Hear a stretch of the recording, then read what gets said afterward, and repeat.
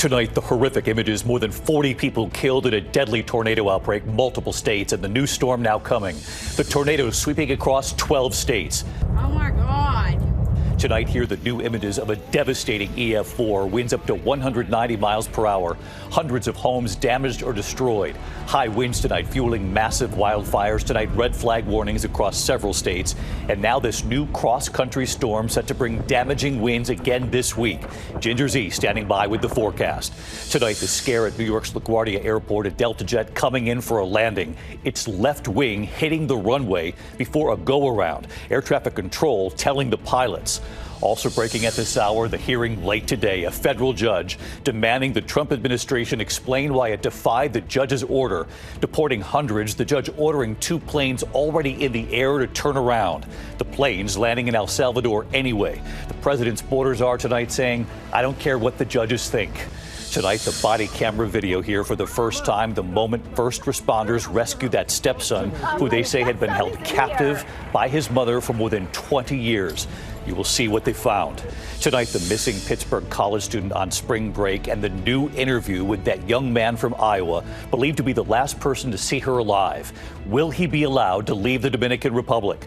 The high-stakes call now set between President Trump and Vladimir Putin over the future of the war in Ukraine. Tonight, more than a dozen bagpipers injured when their bus crashes into a tractor-trailer after a St. Patrick's Day parade. The 2 astronauts and their long-awaited return home when their voyage home begins in just hours. Tonight, remembering a well-known singer, you'll know the song. Harvard now offering free tuition to many students. And the Irish soda bread scones you saw first right here. You came to the rescue, and tonight, you'll want to see this. From ABC News World Headquarters in New York, this is World News Tonight with David Muir. Good evening, and it's great to start another week with all of you at home. We do begin tonight with the horrific images after a massive and deadly tornado outbreak and damaging storms that swept across this country. At least 40 confirmed tornadoes in 12 states, the death toll rising. At least 42 people have died. 2 EF4 tornadoes striking Arkansas. This one striking Jackson County with 190-mile-an-hour winds. The moment a tornado tore through Tylertown, Mississippi, ripping off tree branches, filling the air with debris. Drone video showing the devastation after multiple twisters in the area. Structures turned to splinters, trees, nothing but sticks tonight. In Plantersville, Alabama, 2 men right there standing on the roof of a home that collapsed. And in Talladega County, Alabama, an EF2 tornado with winds 120 miles per hour hurtling this empty school bus on top of a high school gym. And now new evacuations in Oklahoma at this hour, where wind-driven wildfires have now killed at least 4 people and damaged hundreds of homes. Tonight, there's now a new cross-country storm barreling east, bringing damaging winds yet again, and an extreme fire danger at this hour. Ginger Z standing by with the forecast, and Victor Oquendo in the storm zone tonight, leading us off. Tonight, new images of the massive tornado that devastated Jackson County, Arkansas. Oh my God. The EF4 with 190-mile-an-hour winds. That's it. Oh! Just one of dozens reported during a violent tornado outbreak across the heartland. Oh, man! Southwest of Hattiesburg in Tylertown, Mississippi, DJ Lane recording this incredible scene as a tornado destroyed his neighborhood. We watched it with him today. How scary was that moment? That was one of the most scariest moments of my life, right there. The devastation from multiple tornadoes in the area goes on for miles. This RV resort leveled. In Plantersville, Alabama, north of Selma, lives turned upside down by an EF3 tornado. To be honest, you wouldn't think just a wind and tornadoes would do this much devastation. Anita Owens mourning the loss of her mother, Annie. She loved everybody. I mean, she loved her kids, her grandkids, her family, her nieces and nephews. High winds from the same system fueling fires that scorched hundreds of homes in Oklahoma. And tonight, new evacuations for this brush fire southeast of Guthrie. Our Maria Villarreal is there. The smoke here is thick and heavy, and the winds are blowing at an unbelievable pace. Right now, fire crews are coming from all different areas to try and put out fires that continue to spark just like this. Wildfires already claiming at least 4 lives in the state. And David, this just in from the National Weather Service. The tornado that destroyed this RV resort an EF4 with winds up to 170 miles per hour on the ground for at least 35 miles. These cabins and trailers tossed around like toys. The owner of the resort telling us that some people were trapped inside, but everyone survived. David? That is good news. On the ground for more than 30 miles. That's just extraordinary. Our thanks to you, Victor, and to Maria. Let's get right to our chief meteorologist, Ginger Z. She's now back from the storm zone where she was reporting all weekend. And, of course, Ginger, now millions of Americans on alert again tonight. Yes, we have not even had a chance to catch our breath, David, and we've got alerts all over the map again. That low pressure system is already in the Rocky Mountains, and that's why you see those winter storm warnings out there. But I want your eye to go to the high wind warnings. New Mexico, parts of Texas, there's also blowing dust advisories there. But 50 million Americans have red flag warnings. Remember, that is fire danger. And so from Kansas City and Iowa back to Texas and Oklahoma too, we're going to have a couple of days with that. I'll tell you about the winter storm watches and the blizzard coming on Wednesday. That's on the top end of this. But look at those gusts, 50 to 75 miles per hour. You pair that with relative humidity as low as 10%, and that's where you're going to get fire problems all the way through tomorrow. Unlike most nights, you're not going to see the winds go down tonight. In Oklahoma, you'll actually see them go up, and that's why we find a level 3 out of the 3, top level extreme fire danger tomorrow. And the blizzard on Wednesday will bring gusts upwards of 60 miles per hour with 3 to 6 inches of snow, going to make visibility really hard. David? All right, Ginger, we appreciate your reporting all weekend long. We'll see you first thing in the morning. Thanks again. Speaking of the winds, now to the scare at New York's LaGuardia Airport. A Delta passenger jet coming in for a landing from Jacksonville, Florida. Its left wing striking the runway as pilots were lifting back off to go around again. Air traffic control telling them the wing had hit the ground. Here's Trevor Ault. Tonight, a Delta passenger jet attempting to land at New York's LaGuardia Airport, striking its left wing on the runway, and the 2 pilots on board appeared unaware. Air traffic control pointing out the incident. Somebody saw some sparks from one of your wings. You guys feel anything? We did, but we'll check it. The Delta regional flight arrived from Jacksonville, Florida just after 10 Sunday night. 80 passengers and crew on board. Conditions were suboptimal but not extreme. Winds gusting to 35 miles per hour with some mist in the air. The plane then circling for another landing attempt. In a statement, Delta says the crew executed a go-around, then landed safely and proceeded to its arrival gate, adding, "We apologize to our customers for the experience." Tonight, that aircraft remains grounded at LaGuardia, out of service. There's no immediate indication when it may return to the air. The flight, operated by the same regional carrier involved in this dangerous incident last month, a fiery crash landing at Toronto's airport. Hey, and David, here in New York, there were no reported impacts or injuries at LaGuardia, but the FAA says it's now investigating. David? Trevor Ault with us here tonight. Trevor, thank you. Now to the developing headline at this hour. A hearing just a short time ago, a federal judge demanding the Trump administration explain why it defied the judge's order deporting hundreds. The judge had ordered 2 planes already in the air to turn around, the planes landing in El Salvador anyway. The president's borders are tonight saying, "I don't care what the judges think." Here's ABC senior political correspondent Rachel Scott tonight.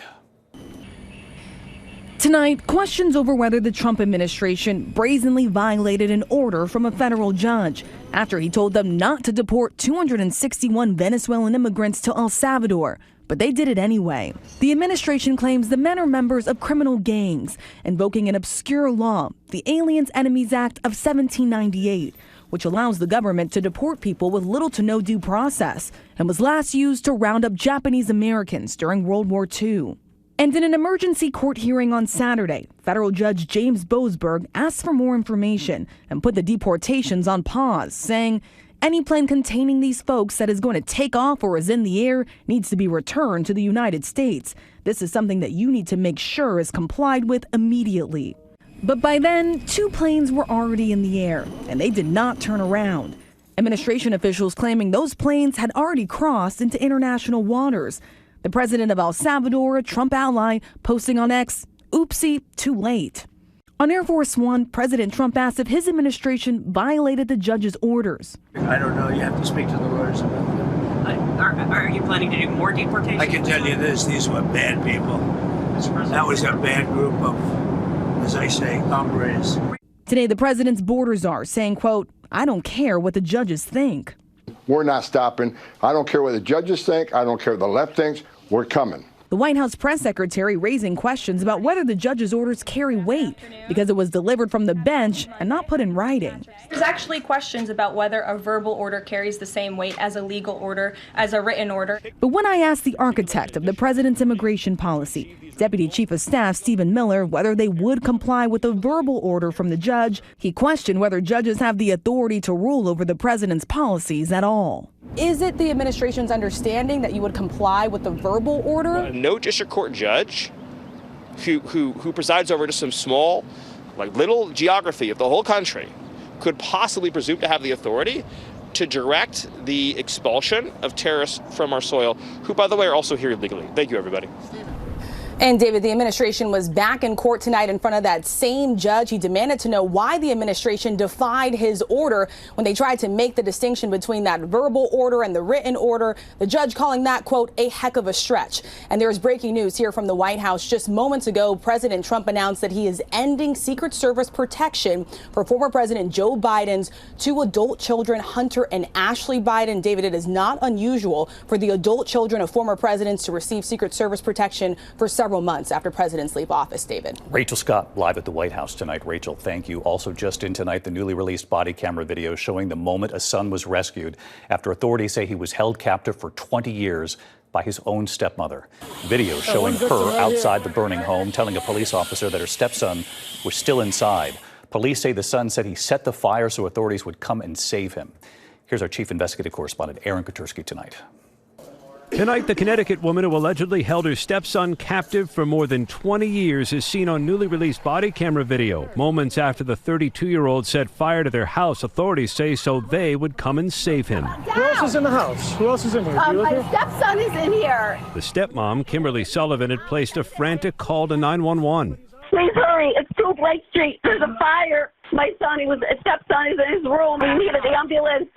When first responders arrived, they said they found a dirty, emaciated man whose hair was matted and unkempt, and his teeth all appeared to be rotten. One victim right here. He's 5'9", only 68 pounds, seen here being carried into an ambulance. Court records say the man later told officers he intentionally started the fire in his room on the second floor using a lighter, hand sanitizer, and paper because he wanted his freedom.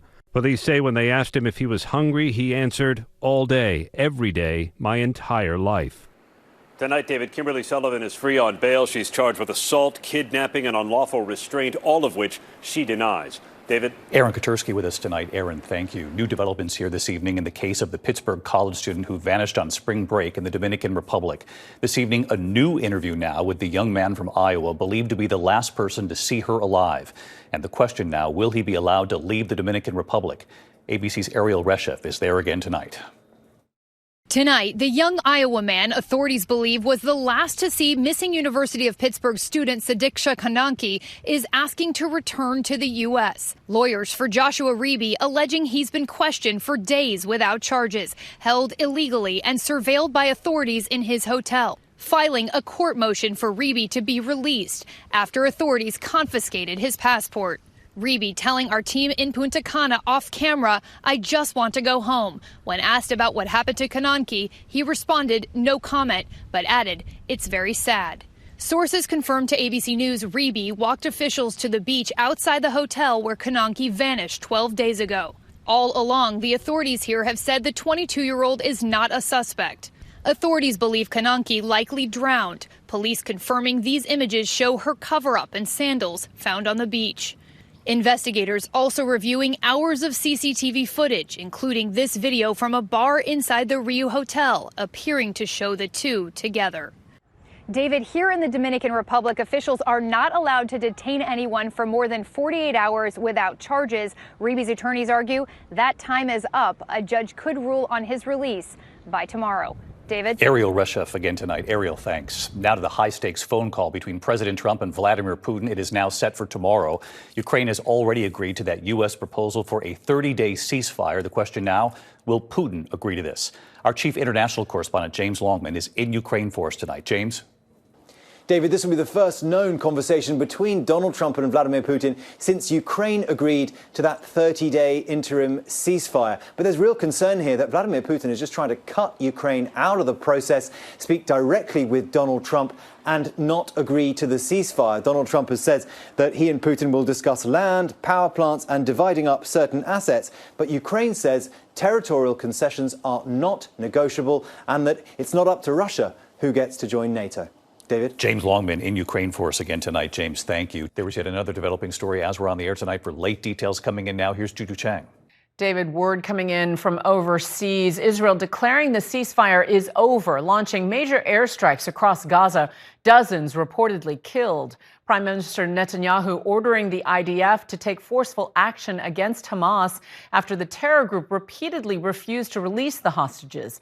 Israel vowing to ramp up military force against Hamas. Tonight's move comes after President Trump issued what he called a last warning to Hamas to release the hostages. Once again, David, that ceasefire is over. Israel now launching a wave of deadly strikes across Gaza. David? Juju, thanks.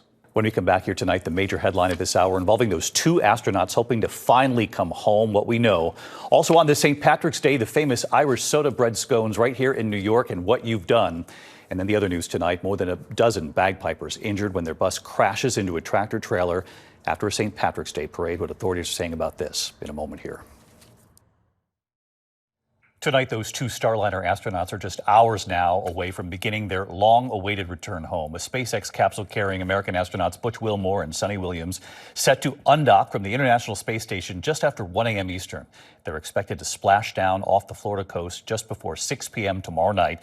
They were supposed to serve that 8-day mission in space. They've been in space for nearly 10 months now. Let's hope this all goes as planned. More than a dozen people injured when a bus carrying a bagpipe group crashed into a truck in Lackawanna County, Pennsylvania. The bus returning from a St. Patrick's Day parade. Authorities say the bus driver veered off the road, landing in the back of the truck. The victims are expected to make full recoveries. When we come back here tonight, remembering a well-known singer and the song that helped make him famous. To the index of other news tonight, beginning this fall, Harvard says it will offer free tuition for students from families earning $200,000 or less per year. The school will be offering free tuition and housing, food, and insurance for students from families earning less than $100,000 a year. We do have a passing to note tonight. Jesse Colin Young, lead singer of the Youngbloods, has died.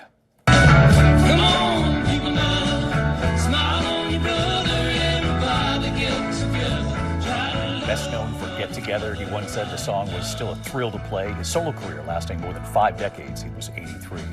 Conan O'Brien will be making an Oscars encore here on ABC. After receiving high marks earlier this month, the Academy revealing he'll be back to host next year.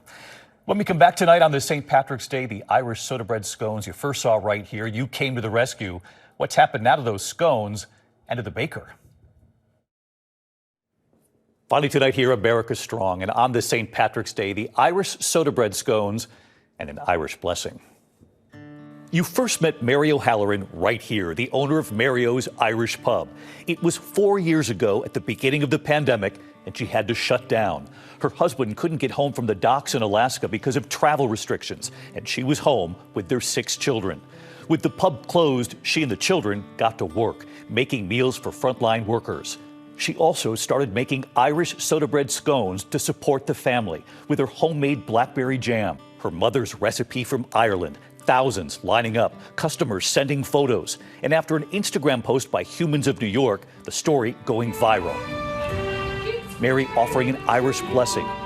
Her regulars helping to carry in the flour, 20,000 pounds of it. You should see it. It's all over the restaurant. And 24 hours after our report here, Mary told us she had more than $100,000 in new orders. A new oven arriving to help keep up with demand.